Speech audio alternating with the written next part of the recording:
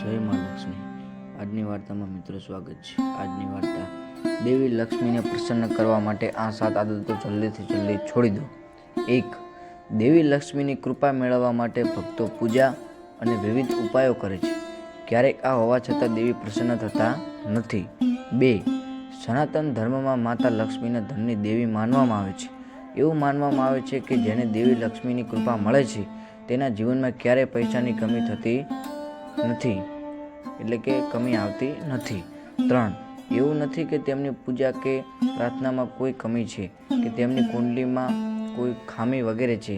મનુષ્યની કેટલીક ખરાબ આદતોને કારણે માતા લક્ષ્મીને પણ ગુસ્સો થઈ જાય છે. 4. શાસ્ત્રો અનુસાર બ્રહ્મા મુહૂર્ત અને સાંજના સમયે ભગવાનની પૂજા કરવાનો શ્રેષ્ઠ સમય છે અને આ સમય ભોગવિલાસ કરવાથી વ્યક્તિને નરકમાં જાય છે. આવા વ્યક્તિના ઘરથી માતા લક્ષ્મી પણ નીકળી જાય છે. 5.